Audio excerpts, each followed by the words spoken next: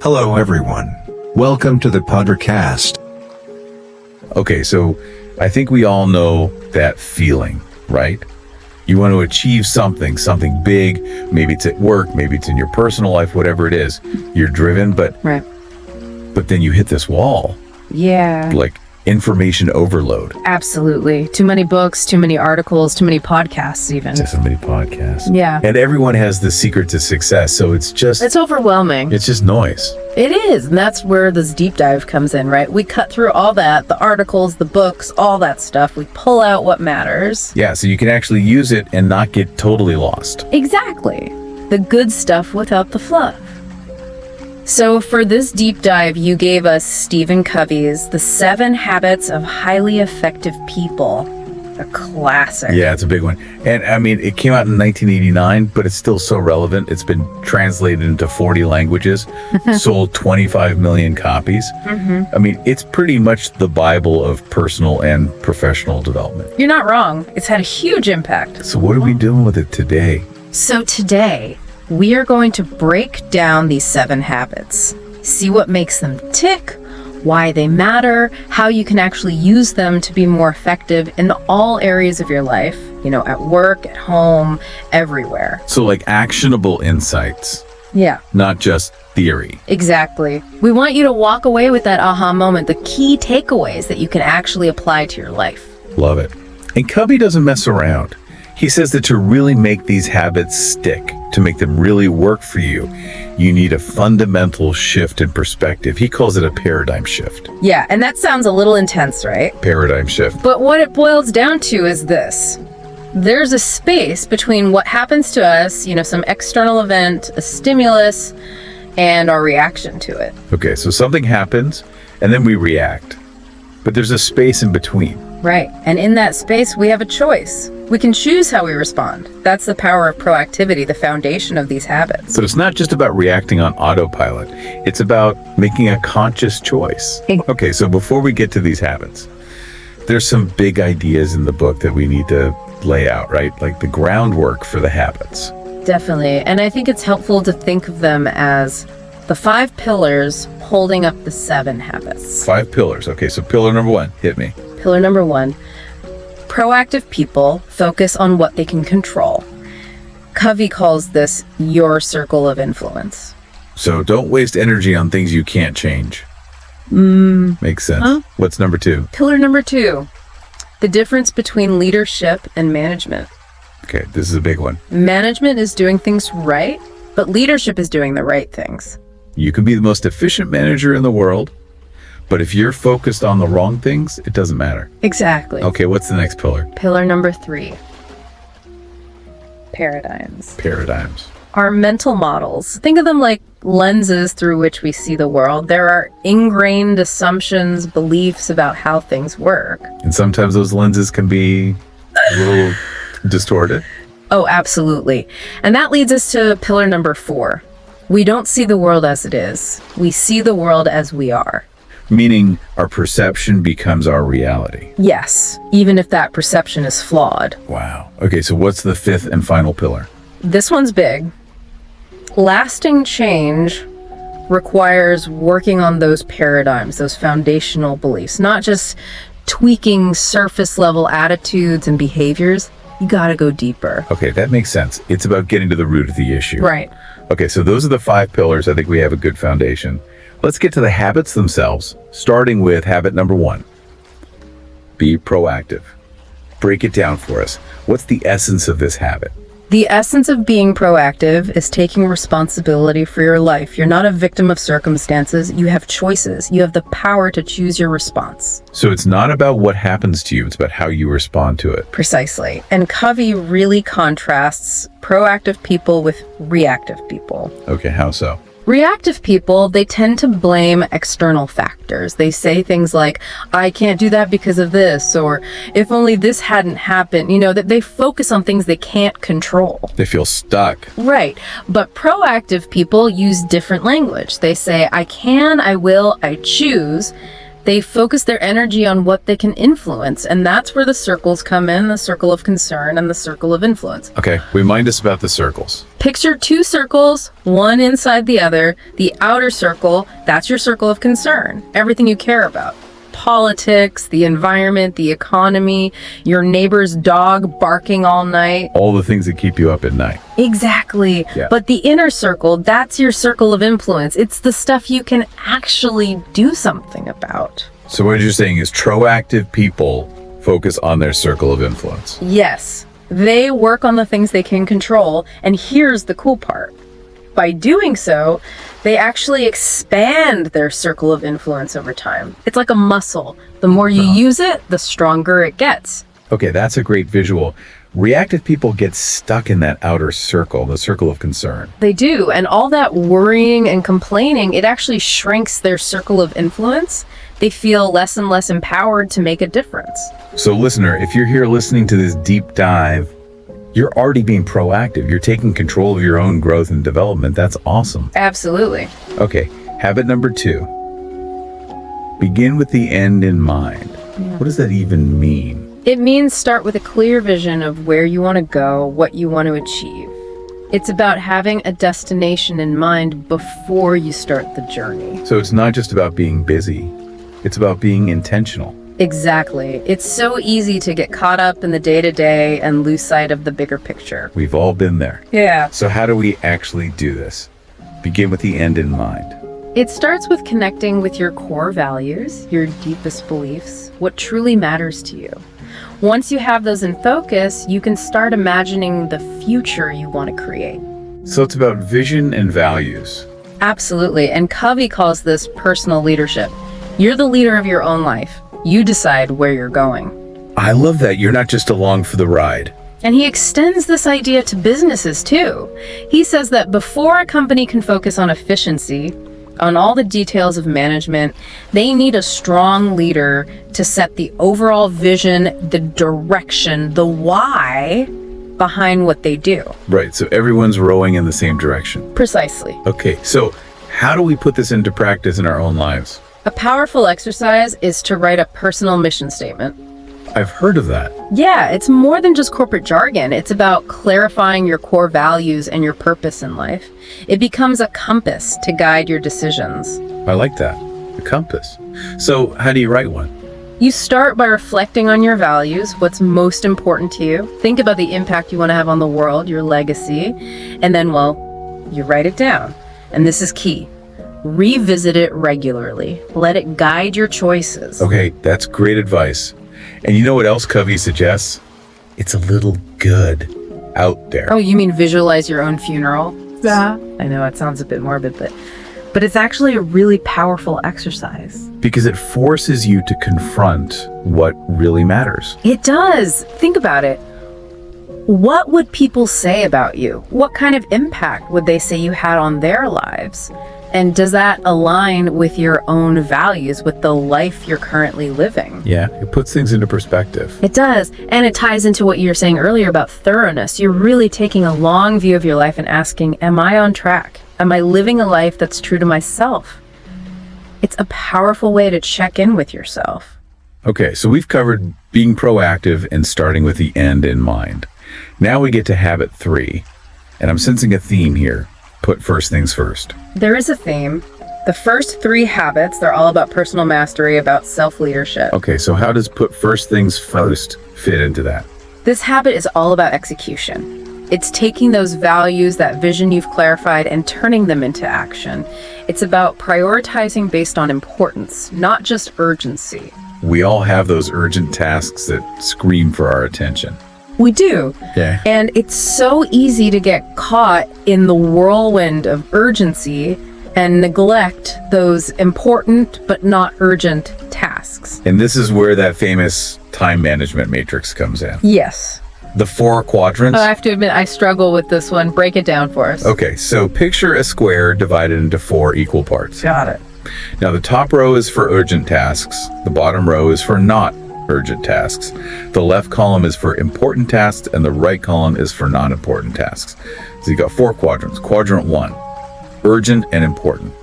Think crises, deadlines, things you absolutely have to deal with right now. Okay, the firefighting quadrant. Exactly. Quadrant 2. Not urgent, but important. This is the heart of effectiveness. Long-term planning, relationship building, personal development.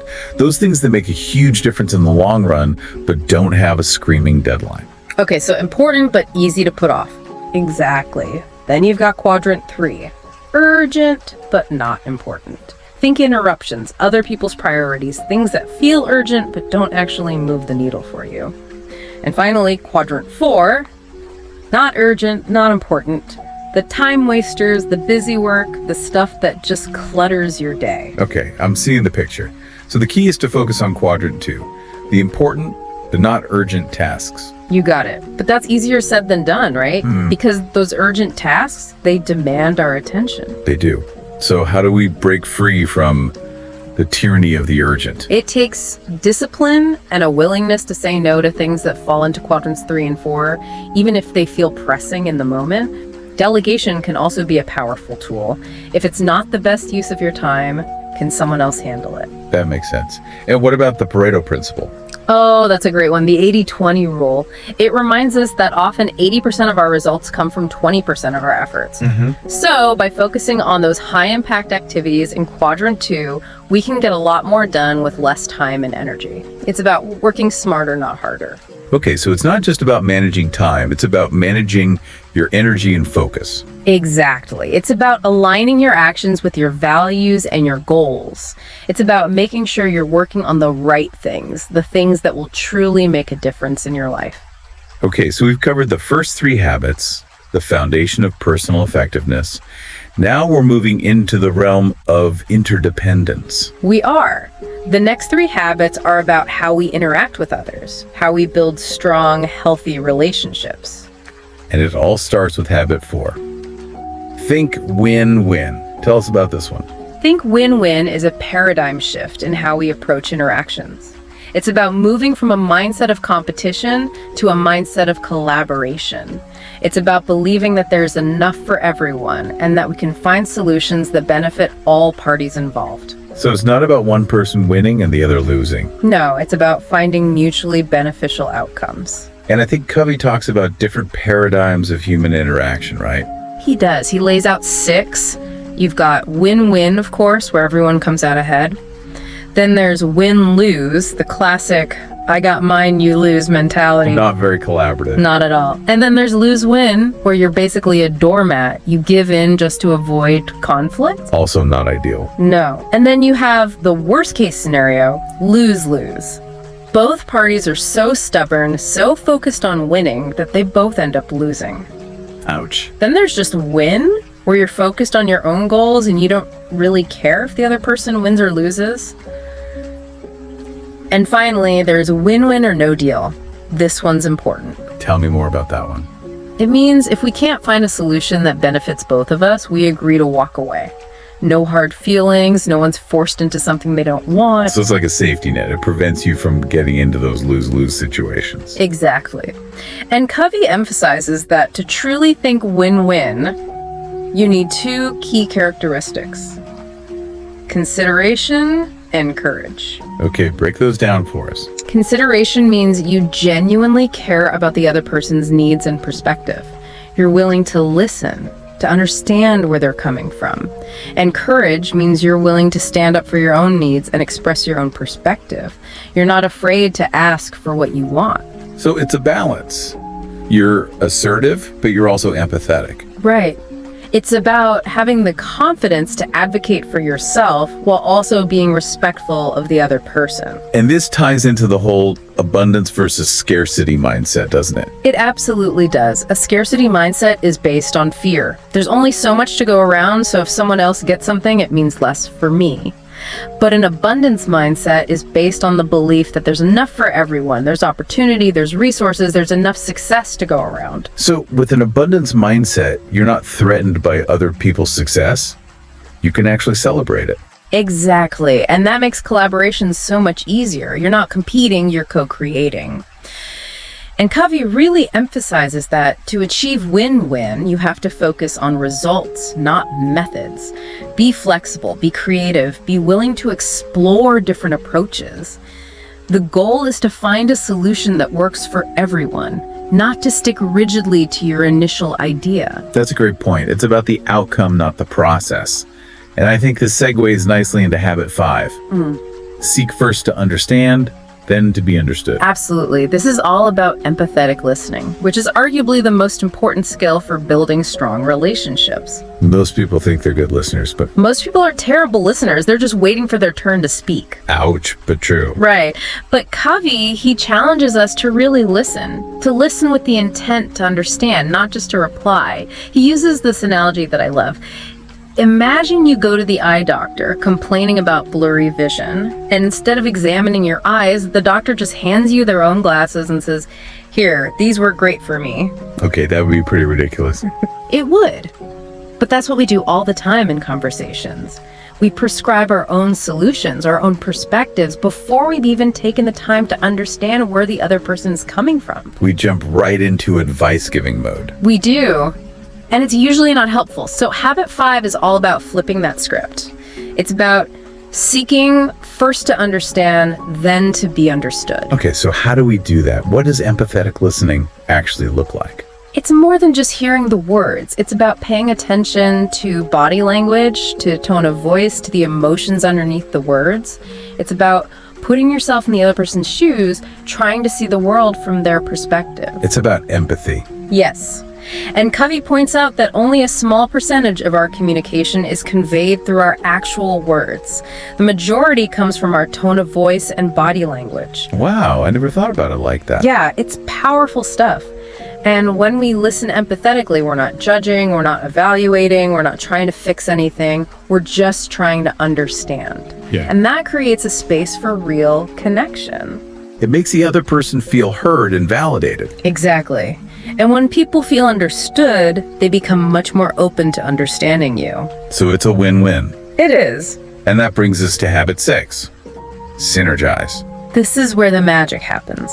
Synergy is about valuing and leveraging the differences between people to create something new and better. Okay, explain that a little more. It's the idea that 1 + 1 can equal 3 or even more.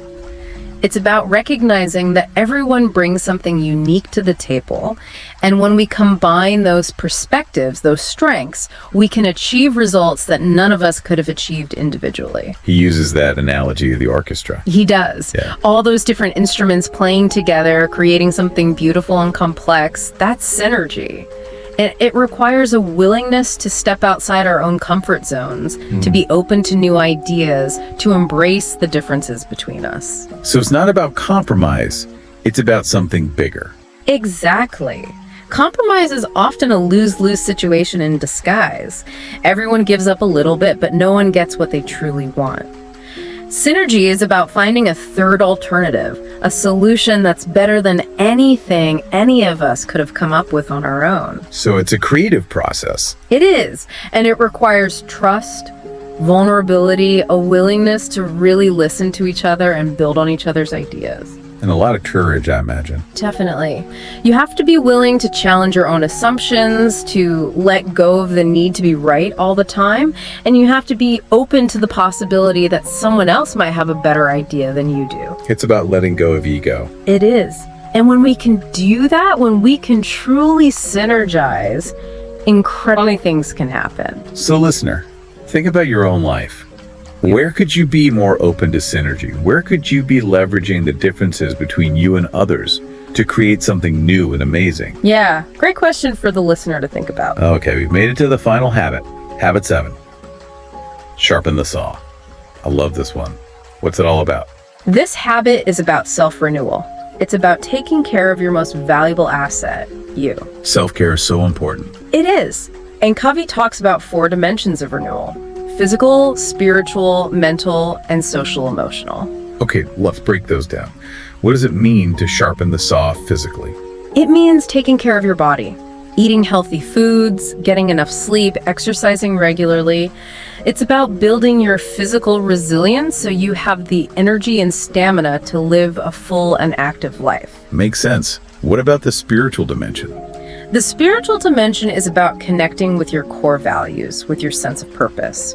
This might involve meditation, spending time in nature, or engaging in any activity that nourishes your soul and helps you feel connected to something bigger than yourself. Okay, so it's about inner peace and alignment. It is. And then there's the mental dimension, which is about keeping your mind sharp and engaged. Reading, learning new things, challenging your assumptions, having stimulating conversations. It's about staying curious and intellectually alive. I love that. And finally, the social emotional dimension. What does that entail? This is about nurturing your relationships, building strong connections with others, and practicing empathy and compassion. It's about contributing to something bigger than yourself and recognizing that we're all interconnected. It's about building community. Exactly. And here's the thing about Habit 7. It creates a virtuous cycle. When you invest in one dimension of renewal, it positively impacts the others. When you take care of your physical health, you have more energy and focus for your mental and spiritual pursuits. When you nurture your spiritual side, you're more likely to be patient and understanding in your relationships. It's all connected. So it's not just about self-improvement, it's about creating a more fulfilling life overall. Absolutely. And that's the beauty of Covey's 7 habits. They're not just about achieving success in the traditional sense. They're about living a life of meaning and purpose. Well said. This book is chock full of wisdom. What are some of the other key takeaways, those quotes that really stand out to you? Oh, there are so many. One that I love is, leadership is communicating to people their worth and potential so clearly that they are inspired to see it in themselves. It's about empowering others, helping them see their own greatness. That's beautiful. And I think it ties into his emphasis on character over personality. It does. Covey argues that true effectiveness is built on a foundation of character. Integrity, humility, courage, justice. It's about who you are, not just what you do.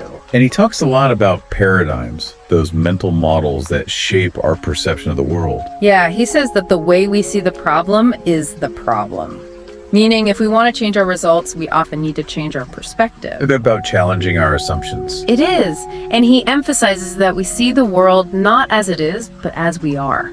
Our paradigms, our beliefs, our experiences, they all color our perception of reality. So it's not about changing the world, it's about changing ourselves. Exactly. And that's a powerful message. Absolutely. And he talks about the difference between principles and practices, right? He does.